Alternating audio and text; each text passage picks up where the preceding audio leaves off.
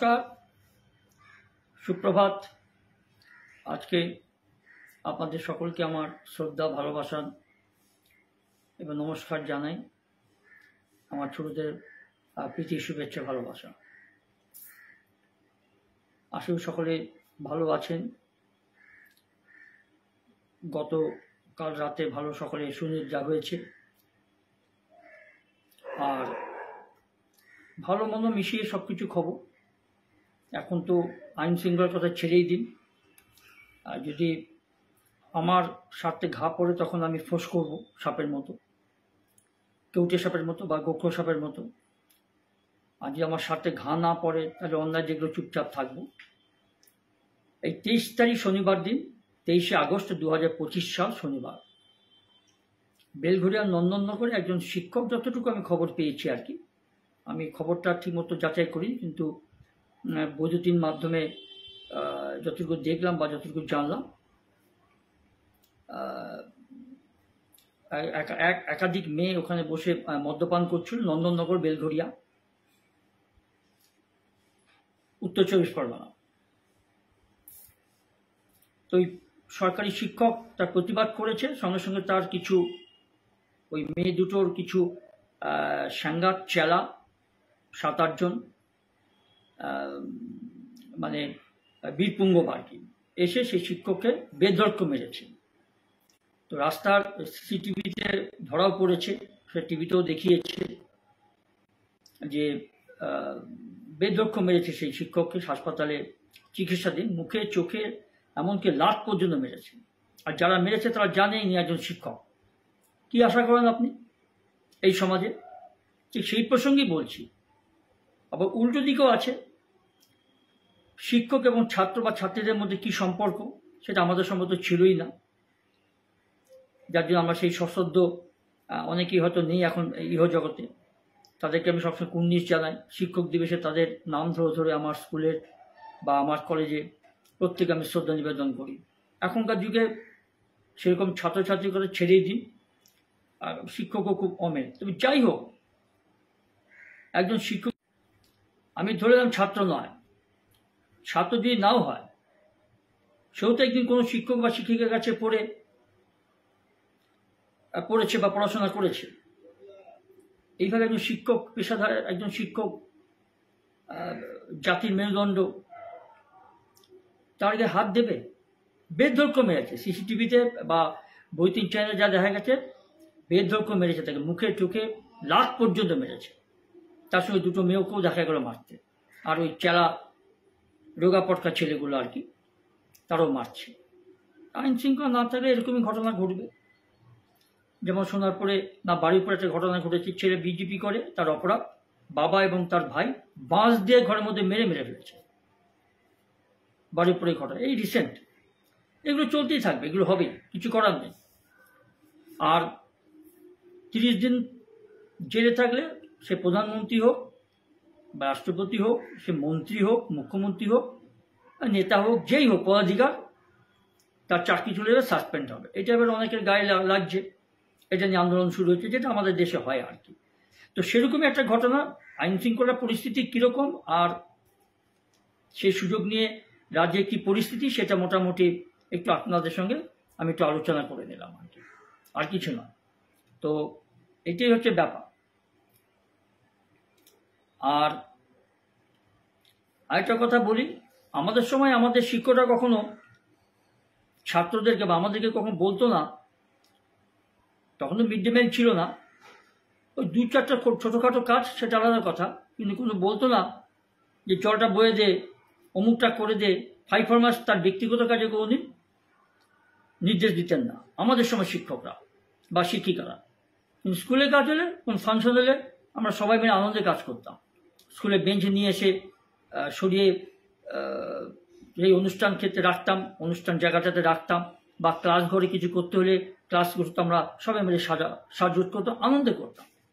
কোনো শিক্ষক বা শিক্ষক তার নিজের ব্যক্তিগত স্বার্থে কোনো ছাত্রকে বা ছাত্রীকে ব্যবহার করতেন না, 5 ফরমাস খাটাতেন না, মানে চাকর বাকরের কাজটা করাতেন না।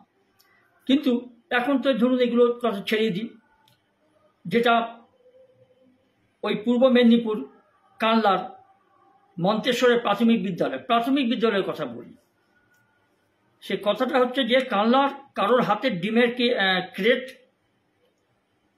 বা ক্যারি ব্যাগ ভর্তি ডিম, কেউ বইছে তেলের বোতল, কারোর মাথায় আবার ভারী আনাজের ব্যাগ। স্কুলের ইউনিফর্ম পরা পড়ুয়ার দল হেঁটে চলেছে ব্যস্ত রাস্তা দিয়ে, বাজার করে নিয়ে আসছে মিড ডে মিলের। প্রাথমিক ক্লাস 4, খুব বড় 5-এর ছেলে, কতটুকু বয়স হবে, স্কুল ড্রেসে তারা, স্কুলের টিচাররা যাচ্ছেন আনতে, এই ছাত্রদেরকে দিয়ে তারা এই মিড ডে মিলের আনাজপত্র বাজার করাচ্ছে, তার বই নিয়ে আসছে। কি দৃষ্টি দূষণ ব্যবস্থা! এই যুগে তো সবই চলে, সেটা কথা না, সবই হচ্ছেও। আর পাবলিক যেদিন এগুলো প্রতিবাদ যতদিন না করবে তাদেরকে মার খাবে। দুটো পয়সা ভিক্ষা পাচ্ছি আমরা তার জন্য। যাই হোক, তবে এইটুকু আমি বলতে পারি, আমার খুব সামান্য ক্ষুদ্র বুদ্ধিতে বা বিদ্যা, এর পরিণতি কিন্তু খুব খারাপ। আর এই পরিণতির ফল ওই সৎসঙ্গে স্বর্গবাস আর অসৎসঙ্গে নরকবাস, ঠিক সেরকম পরিস্থিতি হবে। পূর্ব বর্ধমানের মন্তেশ্বর ইসনা প্রাথমিক বিদ্যালয়ের পড়ুয়াদের এইভাবেই প্রত্যেক দিন প্রায় 1 কিলোমিটার দূরের বাজার থেকে মিড ডে মিলের সামগ্রী আনতে হয় বলে অভিযোগ। অভিভাবকদের দাবি যে বিষয়টি নিয়ে আপত্তি জানানোর হলেও প্রধান শিক্ষক কুমুদ রঞ্জন হালদার, প্রধান শিক্ষক প্রাথমিক বিদ্যালয়ের, তিনি কিন্তু এই অভিযোগের কোনো পাত্তাই দেননি। মানে তার নির্দেশে এটা হয়েছে, আমরা গুলতানি মারবো, আর ছাত্ররা ওরকম বাচ্চা ছেলে, বড় হয় 9-10, সেটা আলাদা কথা, তাও তো ঠিক নয়। ছাত্ররা বাজার করবে মিড ডে মিলের, এটা করার কথা তো শিক্ষকদের বা গ্রুপ ডি স্টাফ, তাদের করার কথা। গ্রুপ ডি স্টাফ নেই কি শিক্ষক নেই, সেটা তো তাদের প্রবলেম। তার জন্য অভিভাবকরা তার ছেলে মেয়েদের, বাচ্চা ছেলেদেরকে স্কুলে পাঠাচ্ছে, প্রত্যেকদিন মিড ডে মিল বাজার থেকে বই এনে বাজার করার বাজার করার সামগ্রী বই আনবে। আর সে ব্যস্ত রাস্তা, যদি কিছু অ্যাক্সিডেন্ট হয়ে যায় তার দায় কে নেবে? তো এই যে প্রাথমিক বিদ্যালয়ের প্রধান শিক্ষক, তার কাছে কিন্তু অভিভাবকরা জানিয়েছে। আর এই প্রধান শিক্ষকের নাম হচ্ছে কুমুদ রঞ্জন হালদার, পাত্তাই দেয়নি, গুরুত্বই দেয়নি। হয়তো ক্ষমতাসীন দলের কোনো হট্টাকথা বেদাতা হয়তো হবে, বা মাথার হয়তো তার হাত আছে তাদের। মাস মাইনেটা ভালোই, খারাপ পায় না। আর প্রাইমারি স্কুলে কি পড়াশোনা হয় আমি দেখেছি, আমি জানি, যার জন্য এটা খুব মানে একদম সত্য কথা। পড়াশোনা কীরকম হয় আর কার ক্লাস কীরকম হয়, আর আসি যায় মায়নার মতো, যদি সব জায়গায় নয়, কিন্তু অধিকাংশ জায়গায় এই পড়ার ক্ষেত্রগুলো ঠিক এরকমই থাকে। এটা ব্যবস্থা, এটি মানে হালচিত্র। আর প্রধান শিক্ষক পড়ুয়াদের নিয়ে মিড ডে মিলের উনি স্বীকার করেছেন। আর স্বীকার করার পর তিনি জান না, এইভাবে তো আর পড়ুয়াদের দিয়ে বাজার করানো হবে না, বলছেন কিন্তু এটা করাচ্ছেন। কিন্তু এটা শিক্ষক, এদের কাছে আমাদের ছেলেমেয়েরা পড়তে যায়। বাদ বাকিগুলো আমি বললাম না, সেটা আপনারা জানেন। শিক্ষা, স্বাস্থ্য, পরিবহন কি পরিস্থিতি, সে তো বলার বা কহতব্য নয়। আর শিক্ষকরাই এরপর থেকে বাজার করবেন বলছেন সে প্রধান শিক্ষক। এতদিন কেন করেননি? আপনার বিবেকে বাজেনি? আপনার বাড়িতে তো, বা আপনার শিক্ষকদের বাড়িতেও তো এরকম ছোট ছোট ছেলে মেয়ে আছে, তাদেরকে দিয়ে আপনি এরকম বাজার করাবেন? বা তারা, আপনাদের ছেলে মেয়ে কখনো সরকারি স্কুলে পড়বে? সন্দেহ আছে।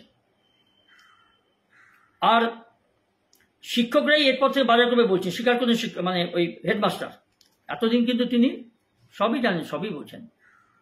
বিদ্যার দর কদ্দর সেটা তো পরের কথা।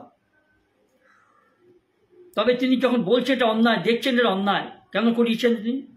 এই ছোট ছোট পড়ুয়াদের দিয়ে তিনি কেন মিড ডে মিলে বাজার করিয়েছেন? ওরকম ব্যস্ত রাস্তা দিয়ে হেঁটে হেঁটে গেছে, বাজার ভারী জিনিসগুলো বয়ে বয়ে নিয়ে এসছে তারা। যদি রাস্তাঘাটে ব্যস্ত রাস্তায় গাড়ি ঘোড়া চলছে, যদি অ্যাক্সিডেন্ট হয়ে যায়, কে দায় নেবে তার?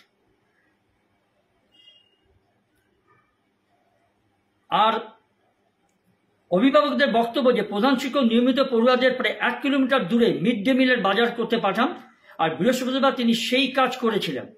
বিষয়টি নিয়ে হইচই শুরু হওয়ার পর এবং প্রশাসনের নজরে আসার পরে সতর্ক হয়ে যান প্রধান শিক্ষক, আর এই দিন তিনি আর পড়ুয়াদের বাজার করতে পাঠাননি। এর উত্তর আপনি কি দেবেন?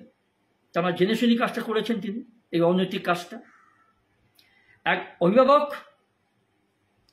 কি বলছেন দেখুন, মানে অভিভাবিকা সেলিমা বিবি খান বলছেন যে প্রায় 1 কিলোমিটার দূরের বাজার, ওরা তো অত ভারী ব্যাগ বইতে পারে না, তাই কেউ কাঁধে, কেউ বা টানতে টানতে ওই ভারী ব্যাগ নিয়ে আসতে বাধ্য হয়। দেখুন,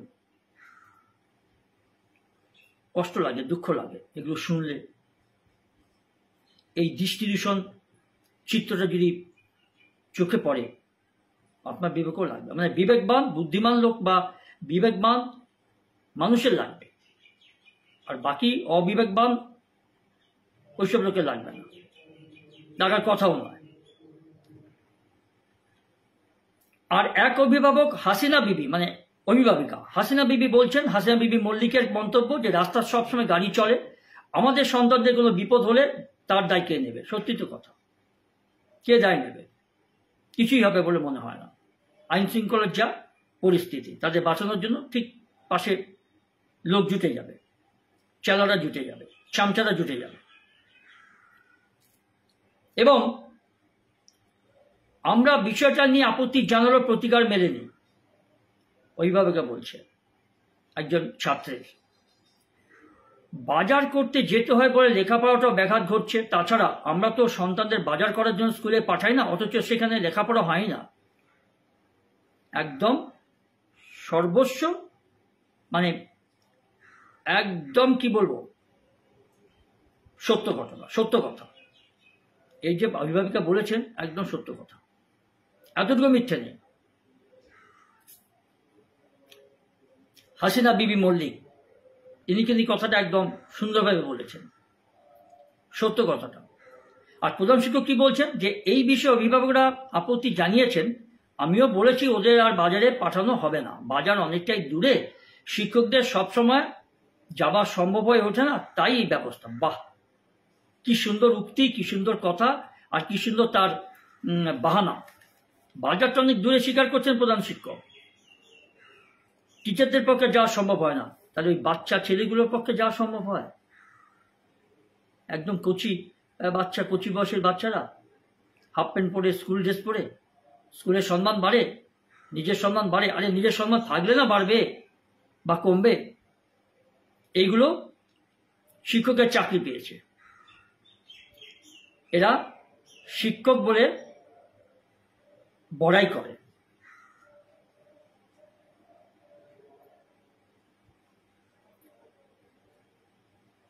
দেখুন, প্রধান স্বীকার করছে কিন্তু অত দূর বাজারটা, এতটুকু বিবেকে বাঁধেনি যে এই বাচ্চা বাচ্চা ছেলেগুলোকে আমি একরত্তি ক্লাস 4-5-এ পড়ে, কত বয়স হতে পারে বলুন তো? একটা মিড ডে বাজারের যে ব্যাগ, এ বড় ক্ষমতা আছে ওদের? শিক্ষকরা যাবে না, কারণ নিজের ছেলে মেয়ে নয় না, নিজের রক্তের সম্পর্ক নয় তো, সেই জন্যই ব্যবস্থা। আর কি, আর হচ্ছে যে সেই হেডমাস্টার কি বলছেন দেখুন, স্বীকারোক্তি দিচ্ছেন একদম নির্লজ্জ বেহার মতো। কি বলছেন যে হ্যাঁ, অভিভাবকদের দাবিটা যে অন্যায্য নয় সেটা আমিও মানি, তাই এবার থেকে নিজেরাই বাজার করতে যাব। আপাতত যে বাজার দেয় তাকেই বলেছি জিনিসপত্র পৌঁছে দিতে, সেটা তো নিয়ম। যদি স্টাফ না থাকে, গ্রুপ ডি স্টাফ যদি না থাকে, মালি যদি না থাকে, 4th গ্রেডের কর্মী যদি না থাকে বাজার করে আনা, তার সঙ্গে একজন শিক্ষক যায়, তার একটা ডিউটি আছে, তার দায়িত্বটা তাই যে মিড ডে মিলের বাজার তিনি গিয়ে করবেন। নতুবা যেখান থেকে বাজার আসে মাসকাবারি, তারা বাজারটা পৌঁছে দেয়। সে ওজনে কম বেশি সেটা আপনার ছেড়ে দিন, সেটা আপনাকে আপোস করে নিতে হবে।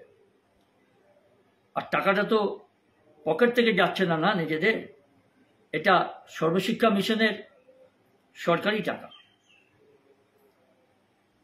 তাই অতটা মাথা ব্যথা না থাকলেও চলবে, তো মালগুলো অন্তত পৌঁছে যেত, মাসকাবাই হিসাব করে তাকে পাঠিয়ে দিতে হতো সে পাওনাটা। সেই আনাজপত্রদারীদের বা চাল যে দেয় বা আনাজপত্র যে দিচ্ছে তাকে মাসকাবাই একটা হিসাব করে মিটিয়ে দেওয়া হয়, তার কাছ থেকে একটা রসিদ রিসিপ্ট একটা করিয়ে নেওয়া হয়, যেটা পরবর্তীকালে অডিটে লাগে এবং হিসাব দিতে হয়। ইউটিলাইজেশন একটা সার্টিফিকেট আছে, তাদের দিতে হয়। সর্বশিক্ষা মিশনের টাকা মিড ডে মিল বাবদ কত আছে তার একটা খাতাও আছে, সেই খাতাটাও মেনটেন করতে হয়। জানি না এগুলো হয় কিনা, কারণ এরকম অনেক শুনেছি আমি যে মিড ডে মিলের টাকা তছরূপ হয়, চাল চুরি হয়ে যায়। এই প্রশ্নটা মনে পড়লো, জানেন গতকাল একটা খবরে দেখছিলাম, বন্ধন ব্যাংক প্রাইভেট ব্যাংক, সেখানকার কয়েকজন আধিকারিককে ধরেছে ব্যাংক থেকে টাকা লোপাট হয়ে যাওয়া, অনলাইনে ব্যাংক অ্যাকাউন্ট থেকে লক্ষ লক্ষ টাকা উধাও হয়ে যাচ্ছে, তার জন্য কিছু আধিকারিককে পুলিশ গ্রেপ্তার করেছে। এটা দেখলাম খবরটা, আমি যাচাই করিনি। তার কারণ আমার এক বন্ধু এই বন্ধন ব্যাংক থেকে বেলঘুরিয়া ব্রাঞ্চ 26শে মার্চ 2025 সাল উইদাউট নোটিশ, তিনি কিচ্ছু করেন, শুধু একটা ফোন কল এসেছিল যে আপনার এটিএম কার্ডের কেওয়াইসি। সে শিক্ষিত ছেলে, ভালো চাকরি করে, সে বলছে এটিএম কার্ডের বেলঘুরিয়া ব্রাঞ্চ থেকে বলছি, এরকম ফোন এসেছিল। তিনি বলেছেন, আমার বন্ধুটা বলেছেন যে আমি এটিএম কার্ডের জন্য যে কেওয়াইসি লেগে জানতাম না, তো যদি লাগে আমি নিজে যাব, আমি নিজে গিয়ে বেলঘুরিয়া ব্রাঞ্চে বন্ধন ব্যাংকে গিয়ে আমি কথা বলবো, বলে ফোনটা কেটে দেয়। 1:30-2টার সময় দুপুরবেলা 26শে মার্চ 2025 সাল, তার ঠিক 10 মিনিটের মধ্যে, তখন তিনি খাচ্ছিলেন, খুব সম্ভব বোধহয় ছুটির দিন হবে, জানি না সেই তারিখটা, বা তিনি হয়তো সেদিন কাজে যাননি, ঘরে ছিলেন কোনো কারণে, যদি ছুটির দিন না থাকে। ঠিক 10 মিনিটের মধ্যে তার 3টা ক্ষেপে, 3টা বা 2 দফা বা 3 দফায় ব্যাংক থেকে, এই বন্ধন ব্যাংক বেলঘুরিয়া ব্রাঞ্চের 43,701 টাকা লোপাট হয়ে যায়। তারপর উনি সরকারি সাইবার ক্রাইমে জানিয়েছে, প্রথম ব্যারাকপুর কমিশনারেট, তারপর বেলঘুরিয়া থানায়। বেলঘুরিয়া থানা তো আজ পর্যন্ত কোনো কেস সলভ করেছে কিনা বা কারো কোনো টাকা বা মোবাইল জোগাড় উদ্ধার করে দিয়েছে কিনা আজ পর্যন্ত আমি শুনিনি। এই বেলঘুরিয়া থানার কথা বলছি। আর বন্ধন ব্যাংকের ম্যানেজার, বন্ধন ব্যাংক তো মানে হাত ধুয়ে ফেললো। তারপরে বললো ঠিক আছে, 3 মাসের জন্য আমরা এটা কাস্টমার কেয়ারে বা ফোন করলেন সেই আমার বন্ধু ওইখানে বসে ব্রাঞ্চে, 43,701 টাকা নিয়ে নিয়েছে। ব্যাংকে তখন পড়েছিল 1 টাকা 89 পয়সা, মানে 1 টাকাটাও ছাড়েনি। তা ব্যাংকের লোক না থাকলে বা আপনি কোনো ইনফরমেশন না দিলে এইভাবে ব্যাংক অ্যাকাউন্ট থেকে টাকা চুরি হয়ে যেতে পারে? সম্ভব, ব্যাংকের লোক জড়িত না থাকলে। 3 মাস পর ব্যাংক জানিয়ে দিল যে আমরা টাকা উদ্ধার করতে পারিনি বা এটা সলভ করতে পারিনি, আপনার টাকা আমরা দিতে পারিনি। তো বন্ধুটা অটোমেটিকলি ব্যাংকের বই বন্ধ করে দিয়েছে। তো এই বন্ধন ব্যাংক সম্বন্ধে সাবধান থাকা উচিত। আমি কখনো অ্যাকাউন্ট বন্ধন ব্যাংকে রাখি না, রাখবো না। সরকারি ব্যাংক ঠিক আছে, সে চুরি হলো সরকারি ব্যাংক, একটা কিছু উপযুক্ত কিছু রেজাল্ট বা বিচার পাওয়া যাবে। প্রাইভেট ব্যাংকে আপনি কি বিচার পাবেন? আমার বন্ধুটা পেল না। পরিস্থিতি এইটাই। প্রথমে কাটলো 701 টাকা, আর তারপরে কাটলো ওই আপনার 43,000 টাকা। টোটাল 43,701 টাকা লোপাট হয়ে গেল বেলঘুরিয়া ব্রাঞ্চের বন্ধন ব্যাংক সেভিংস অ্যাকাউন্ট থেকে। কালকেই খবরে দেখছিলাম যে বন্ধন ব্যাংকের কিছু আধিকারিক, পুলিশ বা জানি না সিআইডি, আমি খবরটা ঠিকমতো মনোযোগ দিয়ে দেখিনি, এইটুকু ক্যাপশনটা নিচে দেখলাম, ধরেছে। ব্যাংকের লোক দায়ী আছে এর মধ্যে। আপনি কোনো পিনকোড না দেওয়া সত্ত্বেও বা এটিএম কার্ডে কোনো নাম্বার না দেওয়া সত্ত্বেও কি করে তারা এইভাবে লোপাট করতে পারে প্রতারকরা? সাইবারে এই ক্রাইমটা কি করে হতে পারে? আমার বন্ধু বলছে যে তাকে ফোন করে বলছে তার অ্যাকাউন্ট নাম্বার পর্যন্ত বলে দিচ্ছে। ভাবতে পারেন, তার এটিএম কার্ডের নাম্বারটা বলে দিচ্ছে, পিনকোড বলেনি, এটিএম কার্ডের নাম্বারটা বলে দিচ্ছে বিশ্বাসযোগ্যতা অর্জন করার জন্য। দেখুন, আমি জানি, আমি তো এই ব্যাংকে চাকরি করি, আমার হাতে সব। আপনি শুধু আপনার পিন নম্বরটা বলে দেবেন আর কার্ডের পিছনে যে 4টা নাম্বারটা সেটা বলে দেবেন। ও দেয়নি কিছু, কোনো নথিপত্র দেয়নি। আধার কার্ডের, প্যান কার্ডের নাম্বার বা জেরক্স চেয়েছিল, আমার বন্ধু দেয়নি। বলছে ঠিক আছে আপনি স্টাফ হন, আমি যাব। একটা ফর্স, একটা নামও বলেছিল।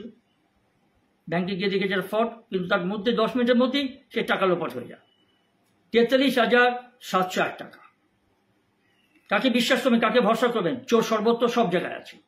ঘরের শত্রু বিভীষণ, শস্যের মধ্যে ভূত না থাকলে এ কাজ হয় না। আর এগুলোর বিচার পাওয়া যাবে কিনা সন্দেহ আছে। কিছু ক্ষেত্রে পাওয়া যায়, সেরকম থানা বা পুলিশ হয়, টাকা উদ্ধার করে। তো বেলঘুয়া থানা করতে পারবে কিনা আজ পর্যন্ত আমি দেখিনি, আমি জানিও না। কারণ আমার একজন অনাথ আশ্রম থেকে একটা মেয়েকে আমি এনেছিলাম ঘরে কাজের জন্য, রান্নার জন্য। সে মেয়েটা ঘর ছেড়ে পালিয়ে যায়, তখন আমি স্কুলে চাকরি করি। বেলঘুয়া থানায় ডায়েরি করা 3 বছর, আজকে 4 বছর হয়ে গেল, আজও পর্যন্ত মেয়েটা খোঁজ দিতে পারেনি। তা এই হচ্ছে পরিস্থিতি। যাক, এইটার প্রসঙ্গে এটা বলে দিলাম আপনাদের জানার সুবিধার জন্য। সাবধান থাকবে, সতর্ক থাকবে। আর এই মন্তেশ্বর ভিডিও, এই পূর্ব বর্ধমানের কানলার সেখানকার ভিডিও, মন্তেশ্বরের ভিডিও বলছেন যে সঞ্জয় দাস বলেন যে প্রধান শিক্ষকের সঙ্গে যোগাযোগ করব, বিদ্যালয় পরিদর্শককেও বলবো বিষয়টা খতিয়ে দেখার জন্য। কোনোভাবেই পড়ুয়াদের দিয়ে বাজার করানো যাবে না, ভিডিও বলছেন, মন্তেশ্বরের ভিডিও। তাহলে এতদিন কেন হচ্ছিল? এর জবাব, এর উত্তর কে দেবে? যাই হোক, ভালো থাকবেন, সুস্থ থাকবেন। আজ এইটুকু, এই প্রার্থনা করি, এই কামনা করি। আর আমার একটু লাইক বা একটু শেয়ার করে দেবেন। আজ এইটুকু।